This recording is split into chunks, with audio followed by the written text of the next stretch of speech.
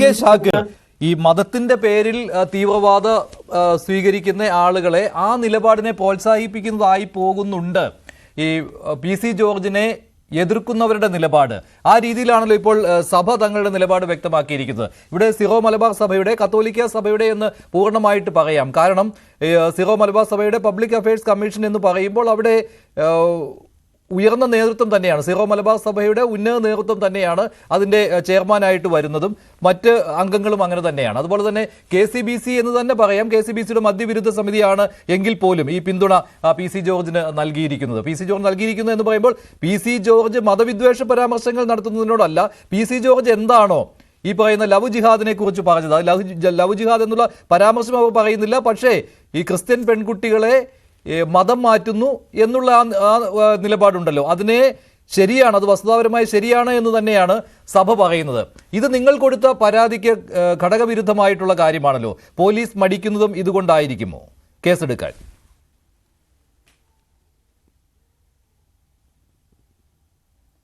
അല്ല, പോലീസ് മടിക്കുന്നത് ഇതുകൊണ്ടല്ല.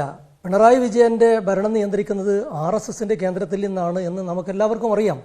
പ്രത്യേകിച്ച് അവരുടെ താല്പര്യം എങ്ങനെയെങ്കിലും മനുഷ്യരെ തമ്മിലടിപ്പിച്ച് അതിലൂടെ രാഷ്ട്രീയ ലാഭമുണ്ടാക്കി അധികാരം തുടരാൻ കഴിയും എന്നുള്ള പരിശ്രമത്തിലാണ് അദ്ദേഹം ഉള്ളത്. അതുകൊണ്ട് തന്നെ നമുക്കറിയാം, കഴിഞ്ഞ തവണ അദ്ദേഹം ഈ LDFന്റെ രണ്ടാം ഭരണം വന്നത് RSSന്റെ പിന്തുണയിലാണ്. വീണ്ടും ആ ഒരു പരിശ്രമത്തിലാണ്. അതോടൊപ്പം ഇത്തവണ ക്രിസംഖികളെ കൂട്ടാനുള്ള ഒരു പരിശ്രമത്തിൽ ആണ് അദ്ദേഹം ഉള്ളത്. നമുക്കറിയാമല്ലോ, കാസ എന്ന് പറയുന്ന ഒരു തീവ്രവാദി സംഘടന അടുത്ത കാലത്ത് രംഗത്ത് വന്നിട്ടുണ്ട്. അത് ക്രൈസ്തവരുടെ പിന്തുണ അതിനില്ല എന്ന് നമ്മൾ ഉറച്ചു വിശ്വസിക്കുകയാണ്. ക്രൈസ്തവ മതവിശ്വാസികളൊന്നും ഇതേപോലെയുള്ള കുഴപ്പത്തിന് ആഗ്രഹിക്കുന്ന ആളുകളല്ല. അവരൊക്കെ നല്ല മനുഷ്യരാണ്. ക്രൈസ്തവ മതവിശ്വാസികളല്ല. അവരൊന്നും ഇതുപോലെ കാസയുമായിട്ട് ബന്ധമുള്ള ആളാണെന്ന് എനിക്ക് തോന്നുന്നില്ല കേട്ടോ. അമൽ അങ്ങനെയാണോ? ഇപ്പോൾ ഷാക്കിർ പറഞ്ഞു, ഷാക്കിറിലേക്ക് വരാം. അമൽ അതിനുള്ള മറുപടി പെട്ടെന്ന്, അതിനുശേഷം ഷാക്കിറിലേക്ക് പോകണം. ഞാൻ ഈ പറഞ്ഞ സുഹൃത്തിനെ കുറിച്ചല്ല പറഞ്ഞത്. ഞാൻ പറഞ്ഞ വ്യക്തമല്ലേ, മലയാളത്തിലാണല്ലോ. അല്ല, അമലിന്റെ നിലപാട് ന്യായീകരിക്കുന്ന രീതിയിലായിരുന്നു. അമലിന്റെ നിലപാട് വ്യക്തമായി. അദ്ദേഹത്തിന്റെ അഭിപ്രായം പറഞ്ഞു, നമ്മളെല്ലാവരും കേട്ടല്ലോ. അല്ല, അദ്ദേഹം അദ്ദേഹത്തിന്റെ അഭിപ്രായം പറഞ്ഞു.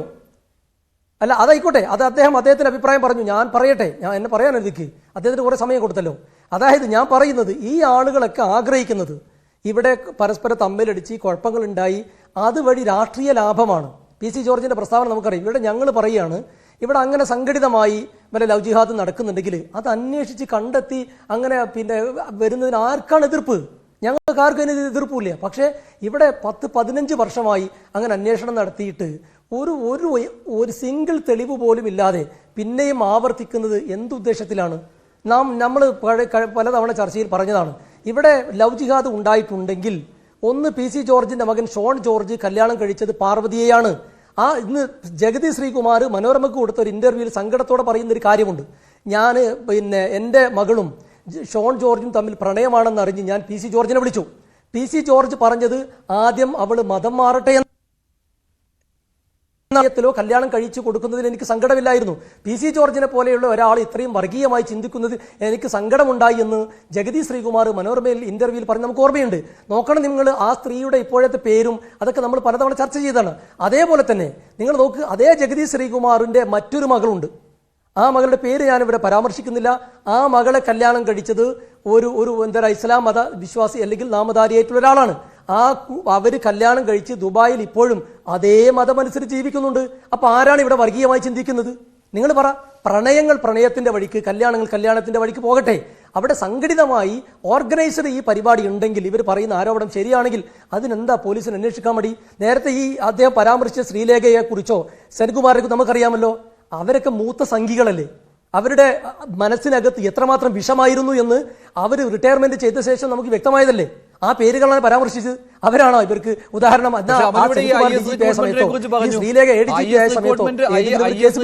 വിവരങ്ങൾ പുറത്തു വന്നപ്പോൾ ഈ പറയുന്ന സോണിയ സെബാസ്റ്റ്യന്റെ കാര്യവും നിമിഷ ഫാത്തിമയുടെ കാര്യവും ഒക്കെ ചർച്ച ചെയ്യപ്പെട്ടതാണല്ലോ.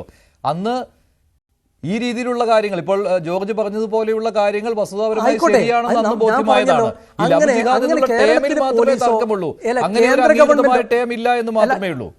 ബാക്കി പറഞ്ഞ കാര്യങ്ങളിലുണ്ട്, പറഞ്ഞ കാര്യങ്ങൾ നടന്നിട്ടുണ്ട്.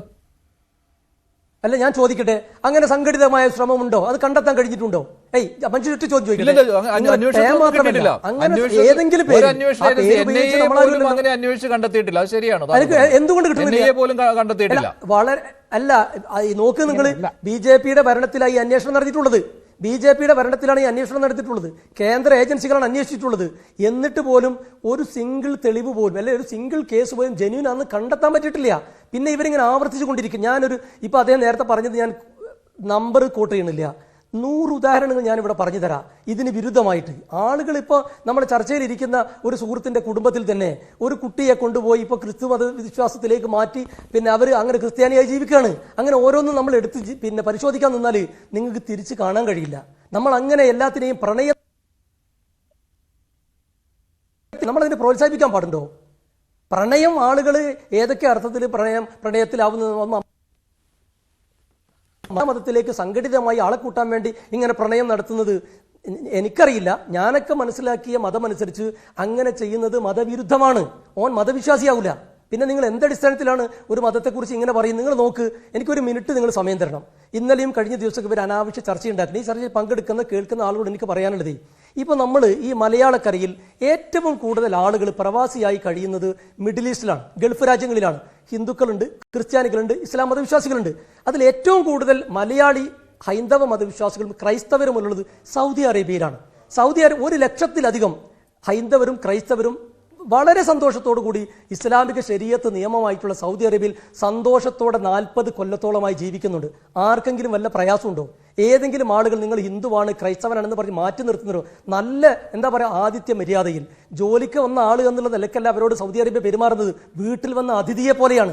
അങ്ങനെ കൈകാര്യം ചെയ്യുന്ന നമ്മൾ മാത്രവുമല്ല, സൗദി അറേബ്യയുടെ പ്രത്യേകത എന്ന് പറഞ്ഞാൽ വിശുദ്ധ മക്കയും മദീനയും പ്രവാചകന്റെ പിറന്ന നാടും പ്രവാചകന്റെ റൗള ഷരീഫുമുള്ള സൗദി അറേബ്യയിലാണ് ഞാൻ ഈ പറയുന്നത്. ഇസ്ലാമിന്റെ യഥാർത്ഥ സന്ദേശം മുറുകെ പിടിച്ചുകൊണ്ട് എങ്ങനെയാണ് ഇതര മതവിശ്വാസികളോട് ജീവിച്ച് കാണിക്കേണ്ടത്, അവരോട് എങ്ങനെയാണ് പെരുമാറേണ്ടതെന്ന് കൃത്യമായി ജീവിച്ച് കാണിക്കുന്നുണ്ട്. പിന്നെ ഒറ്റപ്പെട്ട കഥകളാണ്.